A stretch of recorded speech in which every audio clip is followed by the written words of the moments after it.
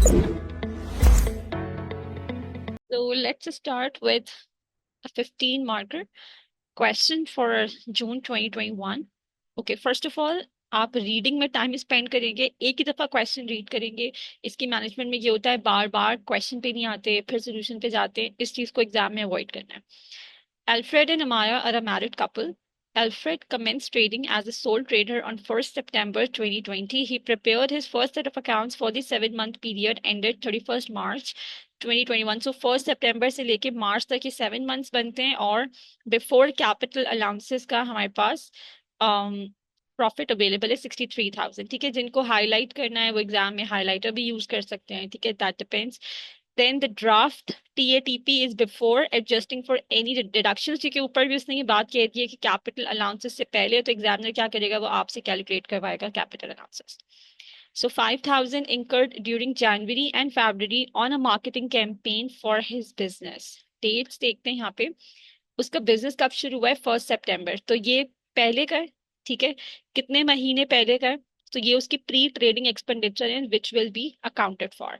A premium of 30,000 paid on 1st September to acquire a 10-year lease on a workshop used for trade purposes, business purposes के लिए use किया है, it will be accounted for as well.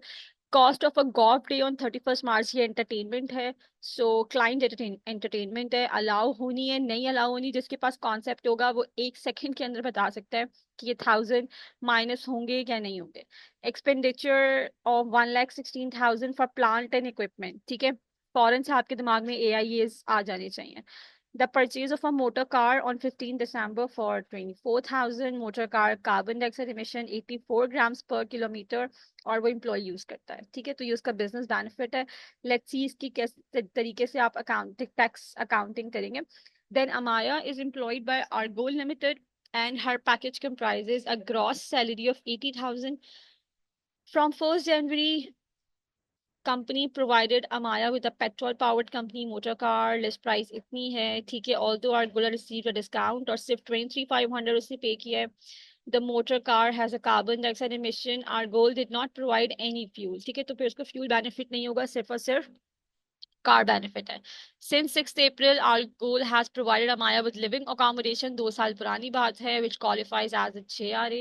Annual value of the property is 23,000 and Argo Limited pays rent of 2,500 per month. Argo Limited deducted income tax under pay of okay fine, अपनी salary से उसने पे deduct कर दिया है, जो कि definitely जब इनकम टैक्स लाइबिलिटी कैलकुलेट करेंगे वहां से ये डिडक्ट हो जाएगा। एग्जाम में फॉर्मेट्स याद रखना बहुत इंपॉर्टेंट होते हैं। Since 6 April, Amaya has let out her own house unfurnished at a rent. तो आप देख रहे हैं किस तरह क्वेश्चंस, एक क्वेश्चन के अंदर बहुत सारे टॉपिक्स हैं। ठीक है, तो ये इनकम टैक्स के बहुत सारे एस्पेक्ट्स होते हैं, तो वो कहीं से भी कुछ भी आपको टेस्ट कर लेता है। So 1,200 per month है। She received 13 months rent, mortgage है और mortgage की payments हैं, interest शामिल है।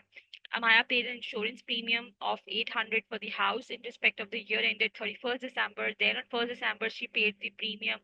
2 सालों की information है।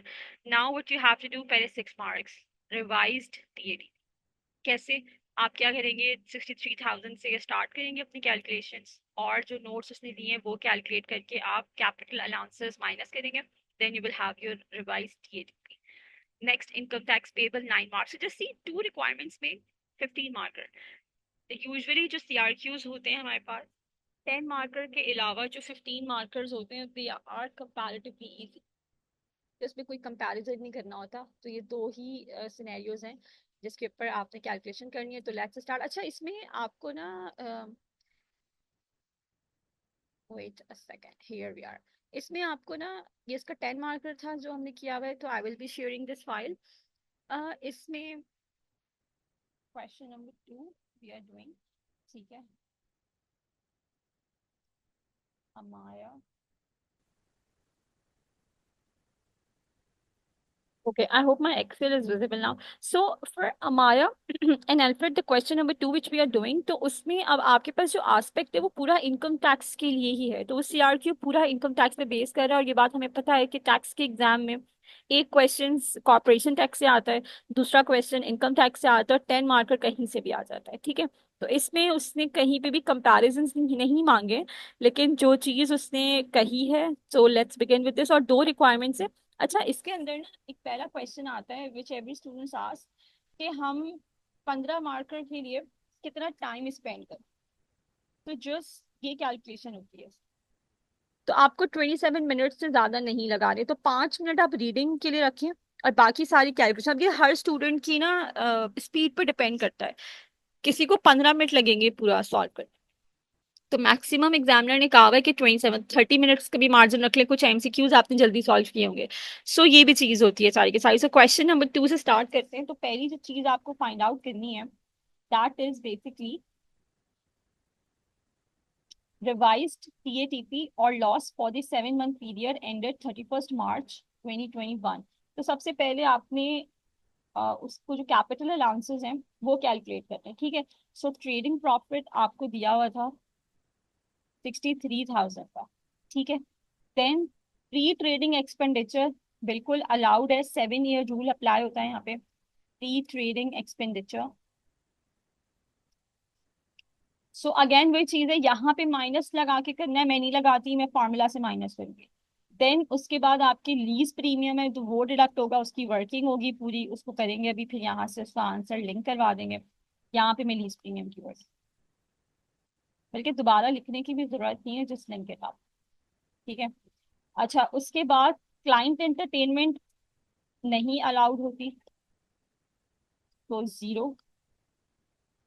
उसके बाद कैपिटल अलाउंसेस, एग्जाम में क्रोनोलॉजी बहुत इंपॉर्टेंट है, फॉर्मेट्स आर वेरी इंपॉर्टेंट। मेरे हैंडआउट्स में आपको सारे के सारे फॉर्मेट्स मिल जाएंगे, तो जो प्रैक्टिस करता है उनके थ्रू उनको पूरी चीजें याद हो जाती हैं, तो exam it helps them a lot.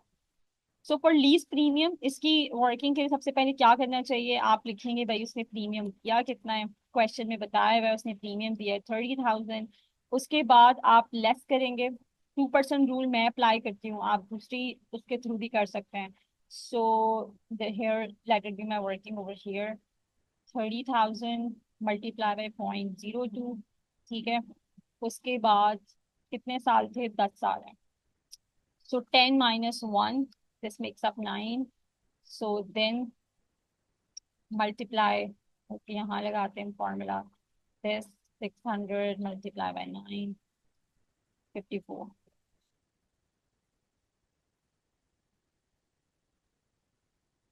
तो प्रीमियम एक्चुअल आपके पास आ जाता है 24,600।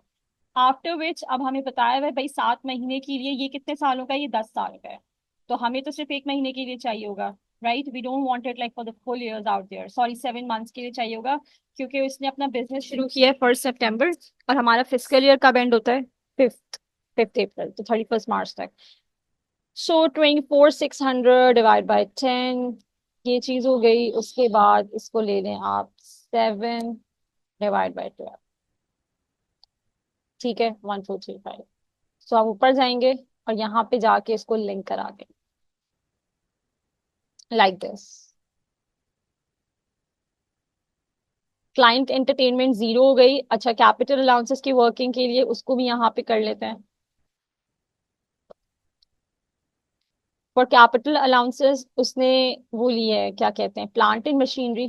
ठीक है, सो प्लांट एंड मशीनरी 116,000, ये पूरे का पूरा क्वालिफाई कर जाएगा एज AIA, कुछ नहीं बचेगा, 0। WDA में कुछ भी नहीं जाएगा। ठीक है, so here you would be having your main pool, over here you would be having your allowances। जब चीजें अलाउंसेस में चली गई, ये आपने टैग करा दिया। 1 मिलियन की लिमिट के अंदर से 1,16,000 यूज हो गया है। ठीक है, उसके बाद उसकी गाड़ी है। ठीक है, motor car you are having, so for motor car again WDA में जाती है। ठीक है, तो 18% है, और वो भी 7 महीने के लिए।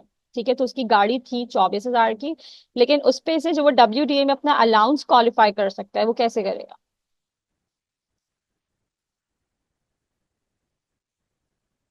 तो हम एक ही लाइन में इसकी वर्किंग कर रहे हैं। ठीक है, सो ये उसका अलाउंस आ जाता है। Here we go. अब माइनस करेंगे इसके अंदर से। ठीक है, ये उसकी गाड़ी की वैल्यू है। This will be WDV, return down value, जो वो आगे लेके जाएगा। ठीक है, क्योंकि अलाउंसेस से आपकी जो डेफिनेटली द कॉस्ट है वो डिक्रीज हो रही है। तो टोटल अलाउंसेस कितने क्वालिफाई कर लिए उसने? ये मिला उसको प्लांट एंड मशीनरी के ऊपर और गाड़ी के ऊपर। ठीक है, E23, और यहाँ पे जाके E23 मैंने लिंक करा दिया। ठीक है, तो now I can have my profit या लॉस, देखते हैं। 63,000 के लॉस ही आ रहा है, दिख रहा है। तो 5,000 माइनस दिस। इसको नहीं भूलिएगा लेना, कुछ बोले जीरो है छोड़ दो, नहीं, वट एवर आपने लेना है। तो ये उसको लॉस हो रहा है। ठीक है, कुछ स्टूडेंट्स क्या करते हैं, वो एग्जाम में परेशान हो जाते हैं लॉस देख के। भाई कुछ भी हो सकता है एग्जाम में, ठीक है, तो don't no need to like panic on it कि मेरा लॉस क्यों आ गया, आ सकता है। वो आपको किसी भी तरीके से टेस्ट कर सकते। तो ये आपको 6 मार्कर आप यहाँ पे ले सकते हैं आराम से। नेक्स्ट वो कह रहा है इनकम टैक्स पेबल कैलकुलेट करते हैं। Part B.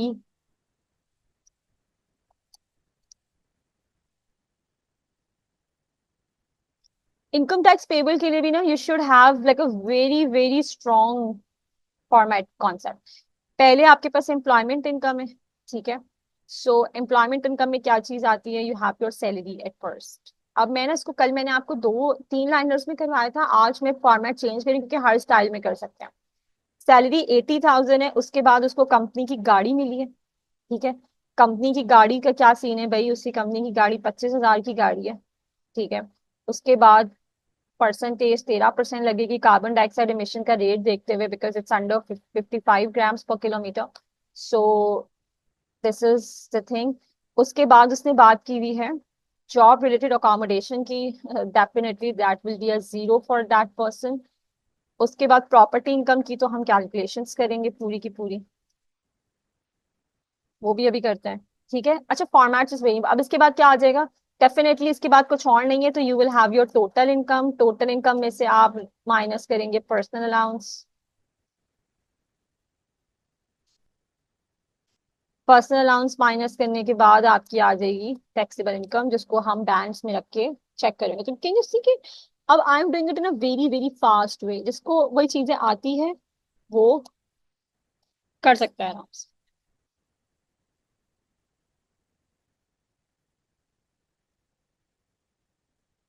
रेंट रिसीव कर रहा है वो, 13 महीनों का रेंट दिया हुआ है उसको, 1200 पर मंथ।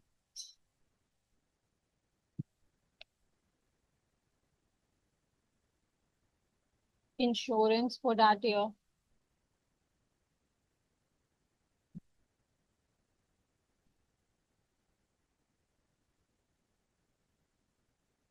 कोई मॉर्गेज इंटरेस्ट अलाउड नहीं होता, तो आप लिखेंगे, मेंशन करेंगे जीरो।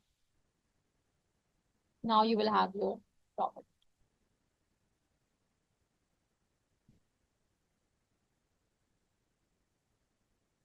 ठीक है जी। B45।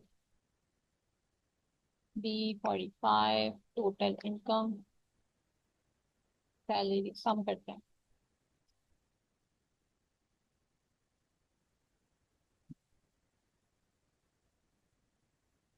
पर्सनल अलाउंस इसको मिलेगा 12,070। ठीक है, 37,700 का 20%।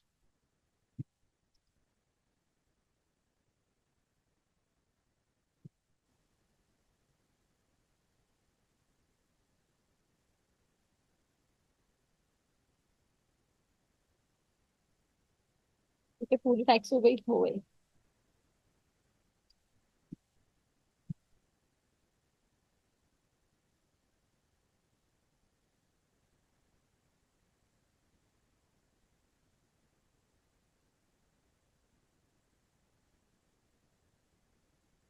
Now, only 1 minute.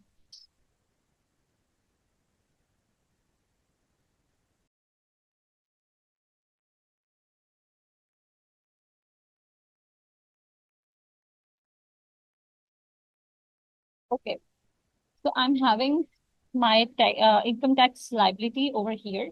ठीक है, 24,497. Now, out of which, what am I going to do is I will be deducting the pay thing, right? So I'm going to subtract the pay amount, and the pay amount is 19,240. Now I will have my income tax payable. In exam, you have to write full forms, income tax payable.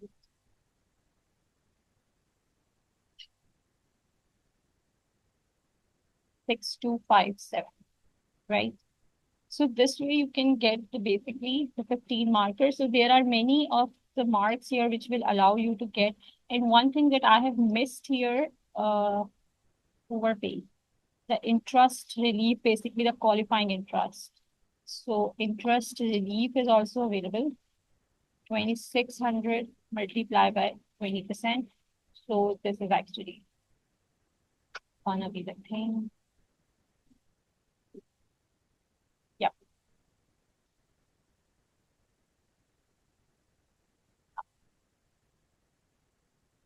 Okay, so this is your income tax payable. So you can see कि कौन सी चीजें हमारी tax reducers होती हैं और reliefs obviously are the tax reducers. ठीक है.